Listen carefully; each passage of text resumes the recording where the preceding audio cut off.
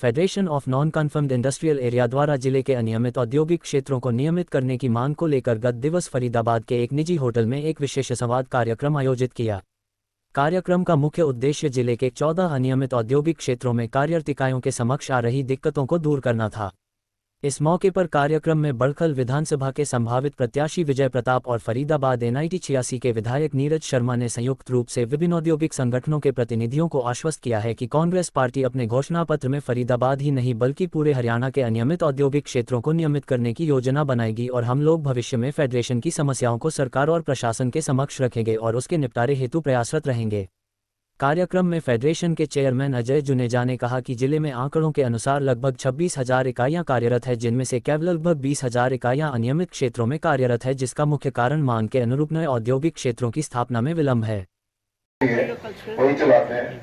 अभी पीछे बस एक छोटी सी बात कह के अपनी बात खत्म करूंगा। एक मेरे मित्र है जो हमारी तरह रोटरी फर्नेस जिन्होंने लगाई हुई है एल्युमिनियम की, वो भी परेशान थे। मेरा प्लांट भी बंद पड़ा है। वो औरंगाबाद पहुंचेगा महाराष्ट्र में, वहां जाकर उन्होंने सेम प्लांट अपना लगाया। भाइयों को मेरी तरफ से नमस्कार। डेस्क पे बैठे हुए सारे गेस्ट, मौजूद आदमी, सबको मेरी नमस्कार। जैसे कि सारा मुद्दा पता ही आप सबको कि कॉलोनियां जो होती हैं वो सबको जितनी भी पॉलिटिकल पार्टियां उनको कंफर्म कर देती हैं, जिसमें रेजिडेंशियल कॉलोनियां आती हैं। जेकर छोटी छोटी रेजिडेंशियल कॉलोनियों को कंफर्म कर सकती है गवर्नमेंट, तो हम तो एक अच्छी खासी इंडस्ट्री चला रहे हैं। मैं मानता हूं इस बात को कि सरकार को चाहिए कि अपनी जो है इस इंडस्ट्री को कंफर्म करने का जो भी सरकार बने वो कार्य करे। और दूसरी मेरी इच्छा ये भी है कि जो भी पॉलिटिकल पार्टी अपने इलेक्शन के वादा इसको लिख करके दे कि भाई हम आने वाली सरकार अगर बनेगी तो हम इस वादे को पूरा करेंगे। इन्हीं शब्दों के साथ में मैं आपका धन्यवाद करता हूँ। वाहिगुरू जी का खालसा। आपके हमने विचार जो है वो नॉन कन्फर्मिंग एरिया के बारे में सुने और बहुत अच्छा लगा। और जिस तरीके से आपका ये कंसर्न है और आप लोगों ने जो है वो आपने इच्छा जाहिर की कि जी हम जो है वो इस नॉन कन्फर्मिंग के मुद्दे को ऊपर तक लेकर के जाएंगे और जो भी हमारे भाई हैं जो कि पिछले ना जाने कितने सालों से इस समस्या से जूझ रहे हैं, इसका आप हमको समाधान करा करके देंगे।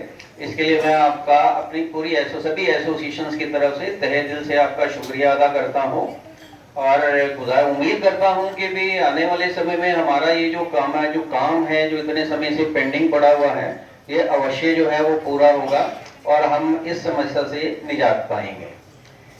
इन बिटवीन मैं हमारे बीच में जाजरू इंडस्ट्रियल एरिया से मिस्टर SK दामनी आए हुए हैं। मैं उनका तहे दिल से हार्दिक स्वागत करता हूं। आपका स्वागत है दामनी का। मिस्टर प्रवीण अग्रवाल जी भी आए हुए हैं बड़खल इंडस्ट्रियल एरिया से, नहीं आए अभी। प्रोग्राम को आगे बढ़ाते हुए देखिए, जैसा कि आप लोग जानते हैं नीरज जी, मैं आपको बताना चाहूंगा यहाँ जितने भी भाई बैठे हैं ये कोई 14 इंडस्ट्रियल एसोसिएशंस के लोग इकट्ठे आए हुए हैं यहाँ पे। आपने मेरे से कहा था कि भी आप अपने एरिया की जो है वो सभा बुलाएं, बट आपके प्यार को देखते हुए जिस तरीके से हमने लोगों को ब्रीफ किया, ये फरीदाबाद की सभी एरिया से जो है वो यहाँ पर लोग आए हैं केवल और केवल इस चीज को सुनने के लिए कि कितना आप लोगों ने हमको जो है वो पास में भी साथ दिया। बड़े भाई मैं तो ये दादा कहता हूँ, हमारे विधायक नीरज शर्मा जी, आपकी जो एसोसिएशन है नॉन कन्फर्मिंग इंडस्ट्रियल एरिया, बहुत बड़ी आपकी एसोसिएशन है, मुझे तो आइडिया नहीं था सच्चाई। उसके हमारे चेयरमैन साहब अजय जुनेजा जी, आदरणीय टंडन साहब, इंद्रजीत जी, कंबोज साहब, सुधीर जी, शाह साहब, मंचा सिंह, उपस्थित सभी सम्मानित जन, क्षमा कीजिएगा कोई नाम रह जाए तो।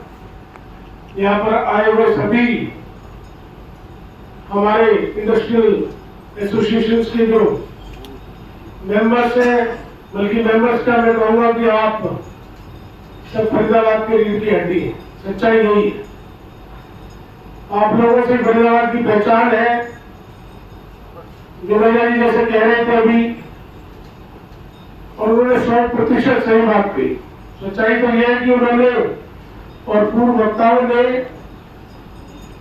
जो दिक्कतें वो तो बताई, रोड मैप भी दिया कि कैसे काम होना चाहिए, क्योंकि आप लोग सबसे बेहतर से जानते हैं और सबसे बेहतर रास्ता भी आप ही बता सकते हैं।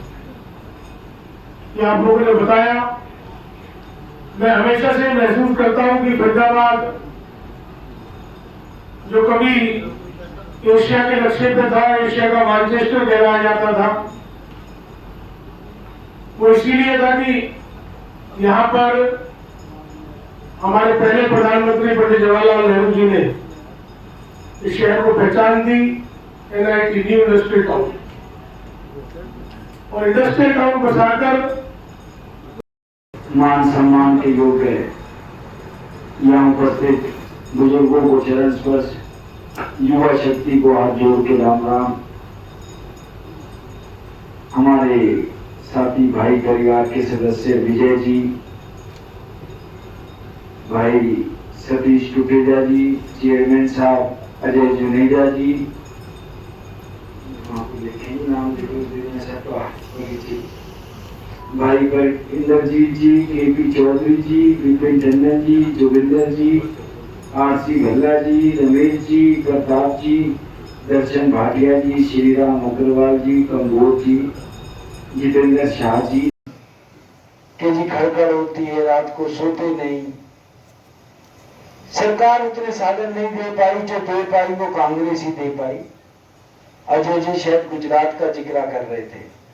कांग्रेस का टाइम वो था कि अमूल फैक्ट्री उठ के फरीदाबाद आई थी। अगर जो फरीदाबाद में कुछ कांग्रेस ने अच्छा किया था, अमूल से बड़ी फैक्ट्री गुजरात में कोई नहीं है। आपके IMT में लगी पड़ी है, इससे बड़ा कोई सबूत नहीं। एक प्यार मोहब्बत है, सब साथियों से बनी पड़ी। हम भी पहली बार विधायक बन के आए, चुन के आए। मेरे ख्याल से दशरथ भाई साहब आए नहीं आज किसी वजह से। क्यों नहीं आए? पारिवारिक सदस्य हैं हमारे। सरूरपुर इंडस्ट्रियल एरिया हमारे लिए सिर्फ दशरथ भाई साहब की फैक्ट्री लगा लो, अरविंद जी की लगा लो, या शेरू पीछे बैठा है उसकी लगा लो, या धवन साहब की किसी की मुहूर्त पे चले गए। जो हमारे कॉलोनी के बंदे थे, या सरदार जी बैठे, एक आधे के प्लॉट बनाने में दिक्कत आई, उसको फोन कर दिया। क्या आपको वास्तव में नहीं लगता कांग्रेस और बीजेपी की सरकार में बहुत ज्यादा फर्क है? और कम से कम आप लोगों को तो माइंड मत करना। भाजपा ने ना एकदम, मेरे पास शब्द नहीं है मैं किस चीज से उसको संबोधित करूं, कि सिर्फ निचोड़ने वाला ही समझ रखा है। सरूरपुर इंडस्ट्रियल एरिया नगर निगम में नहीं है, और ये जितने साथी बैठे हैं, ठीक है भाई बना रहे हैं, 2 नंबर में बना रहे हैं, परमिशन नहीं है। नगर निगम वाले भी आके पैसा लेके गए सरूरपुर इंडस्ट्रियल एरिया से। शिकायतें करी कई बार, मैं पकड़वाता हूँ रेड हैंडेड। कहने लगे भाई साहब उसको तो पकड़वा दो, कोई दूसरा भी दुश्मन बन जाएगा। चुनाव से पहले हमारा इंटरेक्शन इस परिवार से थोड़ा मिलना जुलना हुआ। आप सबको याद होगा कि राहुल गांधी जी भारत जोड़ो यात्रा पे आए थे। आज तक कितने बड़े लेवल के किसी नेता ने यह नहीं कहा कि मुझे छोटी छोटी वर्कशॉप वालों से मिलना है, मुझे MSME से मिलना है। काफी साथी हो सकता है यहाँ बैठे हो, जो नहीं भी बैठे हो उनकी जानकारी में है कि जब राहुल जी फरीदाबाद आए, पाखंड में जहां उनका हमारे फार्म हाउस पे ठहरना हुआ, वहां पर राहुल जी ने पूरा एक इंटरेक्शन 1 घंटे का सिर्फ MSME, Sarurpur industrial area, Dabuapali industrial area, Nagla industrial area, क्योंकि वो मेरी विधानसभा थी, विजय भाई की विधानसभा थी। ठीक है, गिनती के शायद उस समय 25 या 26 लोगों की परमिशन थी, उनके साथ किया। करने के बाद हमें पार्टी से आदेश भी हुआ कि भाई समस्याएं क्या है, उन समस्याओं को सुनो भी समझो भी। और मैं एक चीज और बोलूंगा, हाथ जोड़ के विनती है, बाबू जी आप भी ना बहुत ज्यादा भेदभाव मत किया करो। मैं दिल की बात बता रहा हूं। हम MLA बन के आए, आप लोगों ने तो नहीं किया, पर वो आपके ही साथी हैं, आप थोड़े से छोटे लेवल पे, वो बड़े लेवल पे है। अरे जनता ने विधायक चुन दिया, सबको चुन दिया, चुनने के बाद तो भेदभाव ना करो। प्रोग्राम करके सिर्फ इसलिए नहीं बुलाया अजय भाई गवाह हैं, ये हर एसोसिएशन में रहते हैं कि यार ये कांग्रेस का एमएलए, इसको नहीं बुलाना। इनका हो सकता है मेरे में कोई कमी नहीं हो, उस कमी को दूर करेंगे। कुछ दिन पहले हमारी बात हुई, कुछ साथी थे,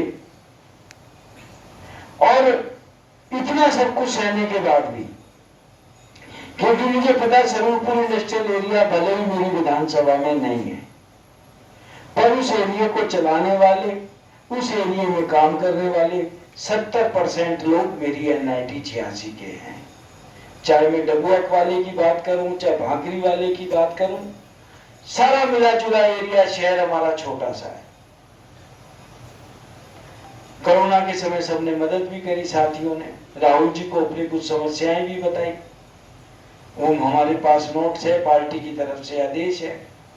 विधानसभा में अभी बात चल रही थी कि जो भी हमें आश्वासन देगा, जो भी हमें भरोसा देगा, जो हमारी बात मैनिफेस्टो में रखेगा। बाबूजी एक को तो आपने 10 साल देख लिया, अब तो आपको लगता है कि 10 साल नहीं किया अब कर देंगे। भाई एक मौका हमें भी दे दो, देख लो। 9 से 14 जब बाबूजी मंत्री थे, या 5 की बात करूं, वो एरिया इस तरीके से नहीं फैले हुए थे। उस दौर तक 14 तक ज्यादातर तो गली मोहल्ले में फैक्ट्रियां चल जाती थी। ये 14 के बाद एकदम उफान सा आया एक तरीके से, या उससे पहले वो जो एरिया होता था डी कंट्रोल का एरिया बोलते थे उसको, कि उस एरिया में आप कुछ भी काम कर सकते हैं, वहां फैक्ट्रियां जानी चालू हुई। और 14 तक आपको इतनी समस्या भी नहीं थी जितने पोल्यूशन वाले आज आते हैं आपके यहाँ, और आके चेकिंग करके बिजली डिपार्टमेंट में फर्रा फाड़ के चले गए कि जी बिजली का मीटर कट जाएगा। क्या 9 से 14 इतनी समस्या थी? क्या इतने डिपार्टमेंट आपको परेशान करते थे? क्या इतने लोग आपको यहाँ आपको परेशान करने आते थे?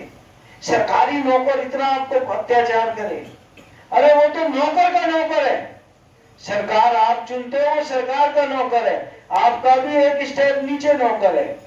पर कहीं ना कहीं हम नेताओं का ही दोष है। तो मैंने इन सब साथियों से एक ही बात कही, मैंने कहा जी हम चुनाव जीत जाएंगे परमपिता परमात्मा की कृपा से। जीतने के बाद आपको पता हमारा सबसे पहला स्वागत कौन करेगा? आप लोग करोगे। मैंने कसम से गुलदस्ते भी ऐसे लाओगे जिनमें पट्टी बंधी होगी, और बढ़िया मूवमेंट दोगे, गिफ्ट दोगे, मीडिया के साथी बुलाओगे। अब ये रिकॉर्डिंग हो रही है, और रात की रानी भी ऐसी चलाओगे जो बहुत ही बढ़िया हो। ये तो आप इस काम को चुनाव से पहले क्यों नहीं करते?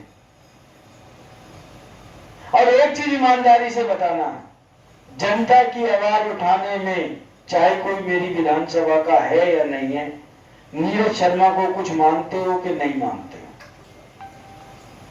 बिना कुछ करे मैंने आपकी आवाज उठाई, शरीफपुर का तो नाम लेके उठाई।